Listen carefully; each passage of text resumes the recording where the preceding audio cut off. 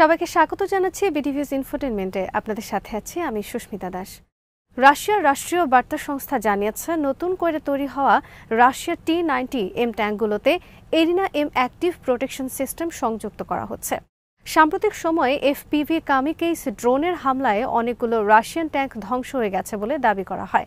এই বাস্তবতায় রাশিয়ার ট্যাঙ্কগুলোর কার্যকারিতা নিয়ে প্রশ্ন উঠেছে, কিন্তু রাশিয়া এসব বিশ্লেষণকে অগ্রাহ্য করে নিজেদের ট্যাঙ্কগুলোকে আরও বেশি সংহত করার চেষ্টা করছে। বিস্তারিত থাকছে আজকের প্রতিবেদনে।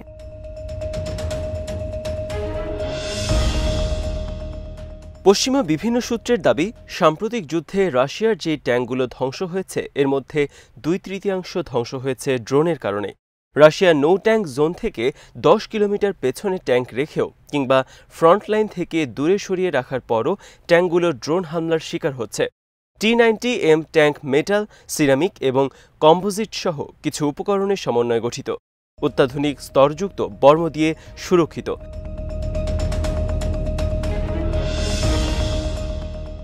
এই ট্যাঙ্কের সামনের প্রতিরক্ষা স্তরটি প্রায় 3 ফুট কঠিন ইস্পাতের সমতুল্য। ড্রোনগুলো খুব কম সময় সামনে থেকে আক্রমণ করে। ময়দানে মোতায়েন থাকা সৈন্যরাও দুর্বলতা আড়াল করার জন্য অতিরিক্ত বর্ম ব্যবহার করে। সুরক্ষিত ট্যাঙ্কগুলো তৃতীয় পর্যায়ে সুরক্ষা বুজ্জ হিসেবে কাজ করে।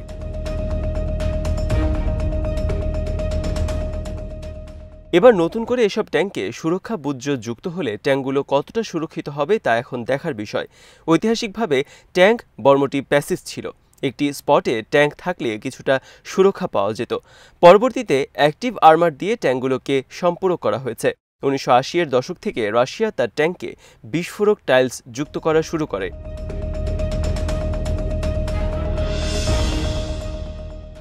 এর ফলে ট্যাঙ্কগুলোতে ওয়ারহেডের আক্রমণ ব্যাহত করা সম্ভব হয়। এক্সপ্লোসিভ রিঅ্যাক্টিভ আর্মার নামে পরিচিত এই টাইলস পরবর্তীতে মার্কিন ট্যাঙ্ক সহ বিভিন্ন দেশের ট্যাঙ্কে ব্যবহার হতে দেখা যায়।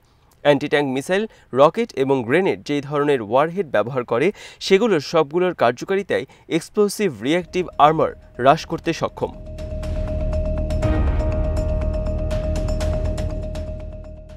নব্বইয়ের দশকে চেচেন যুদ্ধের পর যখন রাশিয়ান ট্যাঙ্কগুলো হালকা অ্যান্টি ট্যাঙ্ক অস্ত্র দিয়েই ধ্বংস করা হয়েছিল, তখন রাশিয়ানরা ট্যাঙ্কের দিকে ছুটে আসা প্রজেক্টাইলগুলো শনাক্ত করে। এগুলো আটকানোর জন্য একটি অ্যাক্টিভ প্রোটেকশন সিস্টেম বা APS চালু করেছিল। অ্যারেনা নামে পরিচিত রাশিয়ান APS-এ 3টি উপাদান রয়েছে। এই সিস্টেমে ট্যাঙ্কের বাইরে থাকে একটি রাডার সেন্সর, আর থাকে একটি কম্পিউটার নিয়ন্ত্রণ ব্যবস্থা এবং ইন্টারসেপ্টর রাউন্ডের জন্য লটিও বা সাইলোস। একবার সক্রিয় হয়ে গেলে অ্যারেনা স্বয়ংক্রিয়ভাবে হুমকি ট্র্যাক করতে পারে। প্রতি ঘন্টায় 150 থেকে 1500 মাইল গতিবেগে চলমান থাকা যে কোনো হুমকি শনাক্ত করতে পারে। আবার যদি ট্যাঙ্কের কাছে কিছু চলে আসে, কিন্তু সেগুলো যদি ট্যাঙ্কের জন্য হুমকি না হয়, তাহলে এই সিস্টেম শনাক্ত করতে পারে।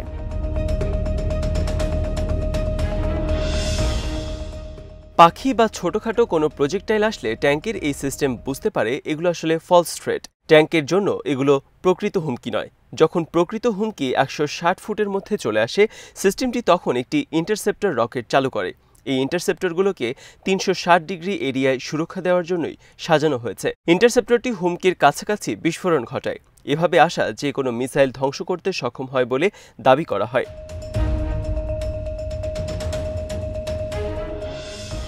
এরিনার একটি নেতিবাচক দিক হলো এটি 100 ফুট জুড়ে একটি বিপদ অঞ্চল তৈরি করে, যা নিজ দলের পদাতিক সেনাদের ঝুঁকিতে ফেলে দেয়। এই জন্যেই সহগামী পদাতিকদের জন্য বিপজ্জনক। মূল যে এরিনা ছিল তা 360 ডিগ্রি কভার করতে পারত না। পরবর্তীতে এরিনা M তৈরি করা হয়, যা টপ অ্যাটাক সহ 360 ডিগ্রি কভারেজ করে, সবগুলো কোণ থেকে সুরক্ষা প্রদান করে। এরিনার নতুন সংস্করণটি হুমকি ধ্বংস করার সক্ষমতা বৃদ্ধির জন্য একই সময়ে 2টি ইন্টারসেপ্টর গুলি করতে পারে।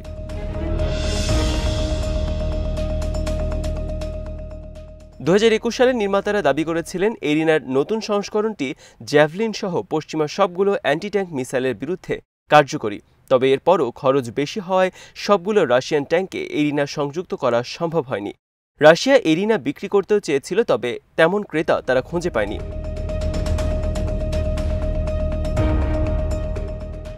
অন্যদিকে ইসরায়েল রাশিয়ার এই এপিএস এর আইডিয়া ছিনিয়ে নেয়। নিজেদের মতো করে কাজ করতে শুরু করে তারা।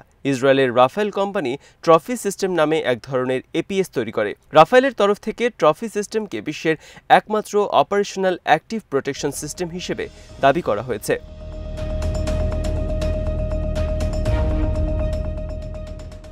যুদ্ধক্ষেত্রের অভিজ্ঞতা থেকে প্রমাণ হয়েছে ট্রফি সিস্টেমটি আরপিজি গাইডেড মিসাইল এবং অন্যান্য হুমকি ঠেকাতে যথেষ্ট কার্যকর। ফলে মার্কিন সেনাবাহিনীও আব্রামস ট্যাঙ্কে বাড়তি সুরক্ষিত করার জন্য ট্রফি সিস্টেম নিয়ে নিরীক্ষা করছে। মার্কিন সেনাবাহিনী দাবি করছে ট্রফি সিস্টেম যোগ করলে ট্যাঙ্কের ওজন প্রায় ৭,২০০ পাউন্ড বেড়ে যায়। তবে একই সঙ্গে এই সিস্টেমটি যুক্ত থাকলে ট্যাঙ্কটিকে চলমান থাকা অবস্থায় বিভিন্ন হুমকি থেকে রক্ষা করাও সম্ভব হয়।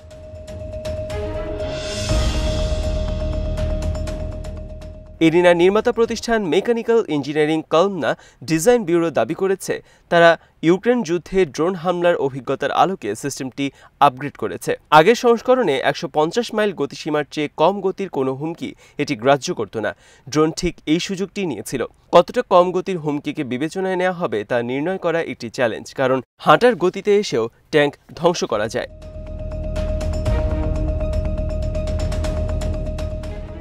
এছাড়া দ্রুত গতির হুমকি বিবেচনায় নিলে পাখির মতো ফলস থ্রেটের প্রতিও ট্যাঙ্কগুলো সংবেদনশীল হয়ে উঠতে পারে।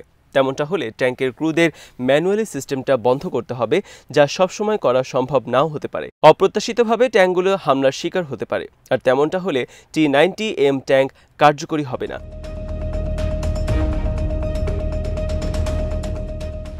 সম্প্রতি দেখা গেছে একটি গুদামের ভেতরে নিরাপদে আশ্রয়ে থাকাকালীন সময়েও একটি T-90M ট্যাঙ্ক এফপিডি ড্রোন হামলার শিকার হয়েছে। এই ট্যাঙ্কে ২৬টি রকেটের ওভারল্যাপিং কভারেজ রয়েছে, যেগুলো অনেকগুলো দিকে তাক করা থাকে। তাই কোনো এক দিক থেকে যদি একাধিক ড্রোন আসে তাহলে ট্যাঙ্কটি সেদিকে গুলি করতে পারবে না।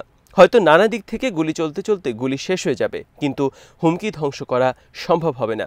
সাম্প্রতিক সময়ে রাশিয়ার ট্যাঙ্কগুলো বিপুল মাত্রায় ড্রোন হামলার শিকার হয়েছে।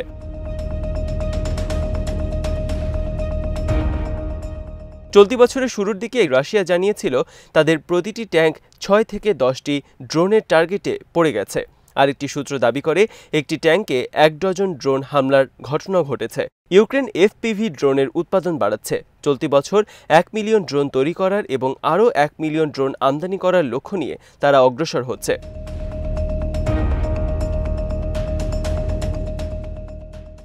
রাশিয়া এরিনা কার্যকর করার সাথে সাথেই এটি অসংখ্য ড্রোনের হামলা মোকাবেলার চ্যালেঞ্জের মুখে পড়তে পারে।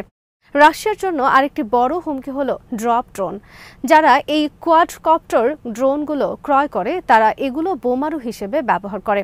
এই ড্রপ ড্রোনগুলো এরিনার ইন্টারসেপ্টরের সীমার বাইরে কয়েকশো ফুট ওপরে ঘোরাফেরা করতে পারে এবং ট্যাঙ্কের মিসাইলের সরবরাহ নিঃশেষ করবার জন্য টিন ফয়েল দিয়ে মোড়ানো ১ ডজন গলফ বলের মতো ফলস থ্রেট নিক্ষেপ করে ট্যাঙ্কে বিভ্রান্তও করতে পারে। একটি বোমারু ড্রোন এপিএস এর মধ্য দিয়ে না যাওয়া পর্যন্ত বোমা ফেলার সুযোগ নিতে পারে।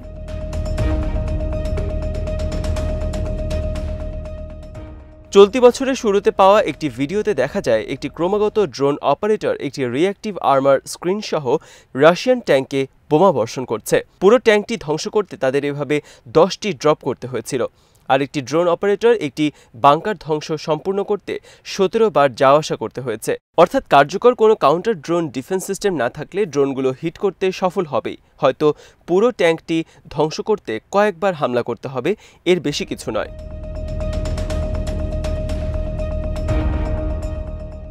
এরিনা ছাড়াও রাশিয়ার আর্মি 2024 শোতে নতুন T-90 আর্মার ট্যাঙ্কগুলো অ্যাড অন আর্মারও প্রদর্শন করেছে, যা দেখতে রাবার ম্যাটিংয়ের মতো। নতুন অ্যাড অন আর্মারটি উচ্চ তাপেও কার্যকরী, যদিও অন্যান্য অ্যাড অন আর্মারের মতো এটিও একাধিক এফপিভি স্ট্রাইকারের কাছে দ্রুত অকার্যকর হয়ে যেতে পারে। রাশিয়া যদি তার ট্যাঙ্কগুলো রক্ষা করতে চায় তাহলে তাদের এরিনা এমকে অনেক বেশি উন্নত করতে হবে। এরপরও সবসময় যে শেষ রক্ষা হবে তাও নয়।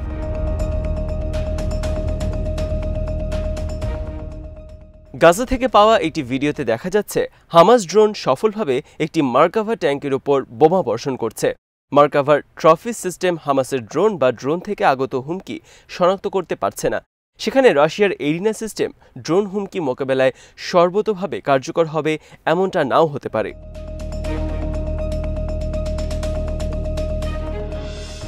আজ এখানেই শেষ করছি। সমরাস্ত্র, প্রতিরক্ষা ও কূটনীতির নানা তথ্য জানতে চোখ রাখুন বিডিভিউস ইনফোটেইনমেন্টে। চ্যানেলটি ভালো লাগলে সাবস্ক্রাইব করুন, সংযুক্ত থাকুন আমাদের ফেসবুক পেজে।